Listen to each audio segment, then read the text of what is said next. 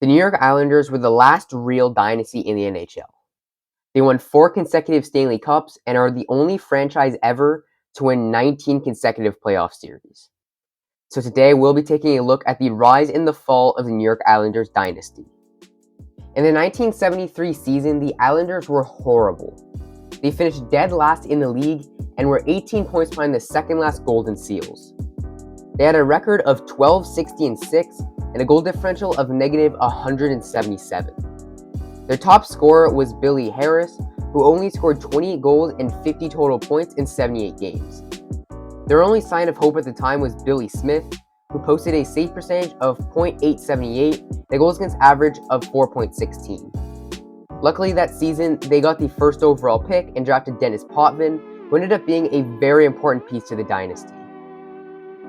With the addition of Potvin, the Islanders moved up one spot in the standings for the 1974 season, finishing 20 points above the Golden Seals. In his rookie season, Potvin scored 17 goals and 37 assists for 54 points in 77 games and won the Calder Trophy for top NHL rookie. Potvin would be the top point scorer for the Islanders, finishing with 4 more points than right winger Billy Harris, who was one of their top forwards at the time. Billy Smith also had better stats this year, with a save percentage of .897 and a goals against average of 3.08.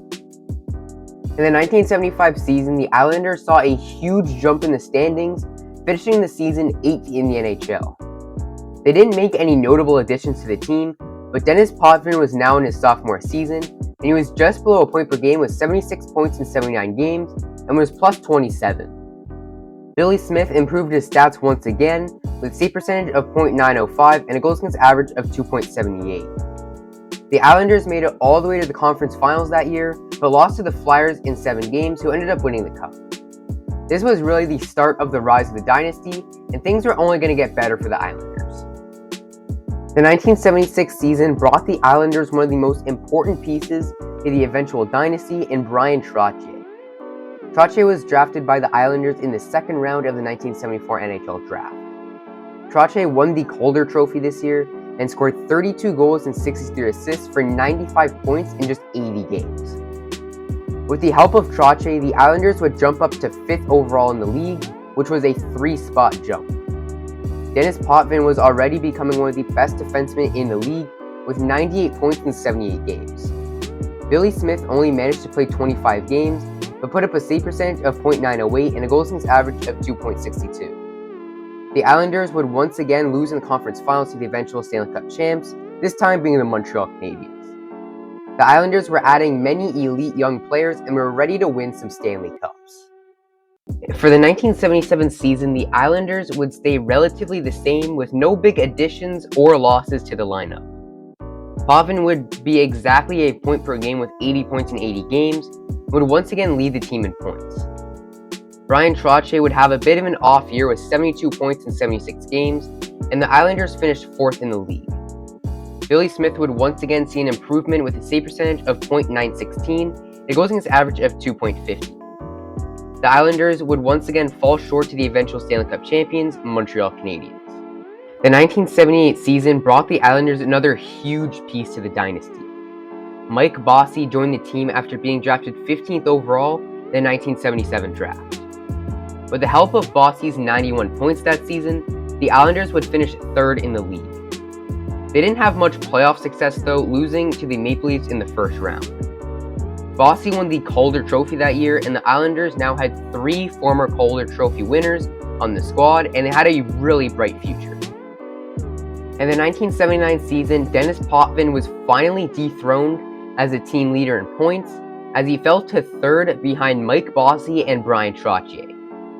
Trottier and Bossy scored 139 points and 126 points respectively. Potvin was still elite though with 101 points in 73 games, and was plus 71 that season. Clark Gillies, who was with the team since 1975, had a career year with 91 points as well. With the help of 3 100-point scorers, the Islanders moved up to the number 1 spot in the league, but would lose in the conference finals for the 3rd time in 4 years. For the 1980 season, Potvin missed a lot of the season and only managed to play 31 games, but still put up a very solid 41 points. Trottier and Bossy still put up pretty impressive stats with 104 points and 92 points respectively. Without Potvin in the lineup for the majority of the season, the Islanders dropped down to 5th in the league. However, this time they would finally break through and win their first Stanley Cup in franchise history. They beat the Flyers in 6 games in the finals, and it was Bryan Trottier who won the Conn Smythe Trophy. Billy Smith was also pretty good in the playoffs with a save percentage of .903 and a goals against average of 2.80. This was right after the Montreal Canadiens' 4 cups in a row, and the Islanders were ready to make their dynasty of their own. In the 1981 season, Bossy and Trottier would once again dominate, with Bossy leading the way this time with 119 points, and Trottier not far behind with 103. Potvin was still doing his thing on defense with 78 points and a plus-minus rating of 39. Billy Smith would put up a save percentage of .895 and a goals against average of 3.28, so he wasn't doing too bad in nets either. The Islanders would finish first in the league for the second time in franchise history and would go on to beat the Minnesota North Stars in the finals to capture not only their second franchise championship, but their second in a row. In the 1982 season, Mike Bossy put up a career high of 64 goals and 147 points. Trottier also had a career year with 50 goals and 129 total points. Potvin was just barely over a point per game with 61 points in 60 games. Billy Smith would win the Vezina Trophy this year for Best Goaltender of the Year with a save percentage of .895 and a goals against average of 3.18. The Islanders would finish first in the league for the second year in a row and would go on to sweep the Vancouver Canucks in the finals to complete the three-peat. In the 1983 season, the New York Islanders officially became a dynasty. They swept the Oilers for their 4th straight cup. Billy Smith won the Conn Smythe with a save percentage of .913 and a goals against average of 2.69. In the regular season, Mike Bossy put up 118 points and Trottier scored 89 points. Denis Potvin only played 69 games, but still put up a very impressive 66 points. The next season in 1984, the Islanders were looking to tie the record for the most cups in a row, which is 5. They finished second in the league and Bossy led the team in points with 118. Trottier scored 111 and their top defenseman Denis Potvin scored 85. The Islanders also added another future Hall of Famer in Pat LaFontaine, who they drafted 3rd overall in 1983. In the playoffs, the Islanders were so close to winning their 5th in a row, but the Edmonton Oilers got their revenge from last year and beat the Islanders in 5 games to officially end the dynasty. In the 1985 season, the Islanders dropped all the way down to 9th in the league. This year they had 3 100-point scorers with, of course, Mike Bossy, as well as Brent Sutter and John Tonelli. Trottier was held to only 68 games, but still scored 59 points. Potvin also put up 68 points in 77 games, but Trottier really wasn't able to play much, which shows in the standings. They obviously still made the playoffs, but they were defeated by the Flyers in the second round. Fast forward to 1987, and the Islanders' best player, Mike Bossy, was forced to hang up the skates after 10 seasons due to injuries.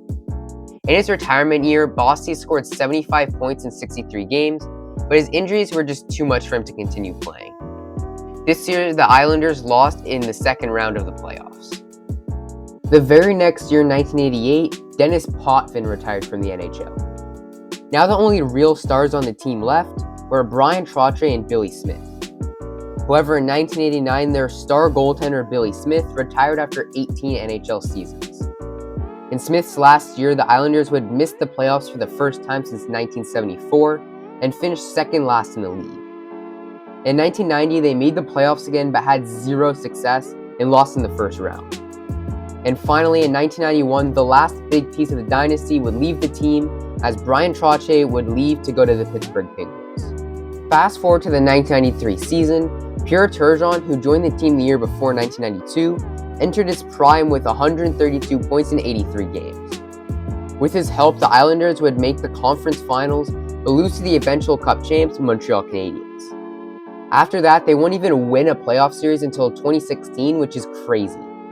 This drought included 7 straight playoff misses, and the Islanders now have the 6th longest active Cup drought and the 12th longest drought of all time. So it's pretty easy to see what killed this dynasty.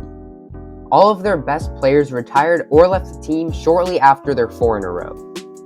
Despite not having much success after the dynasty and being the laughingstock of the league during the mid and late 90s, the 80s Islanders Dynasty was one of the greatest NHL dynasties of all time and included 5 future Hockey Hall of Famers.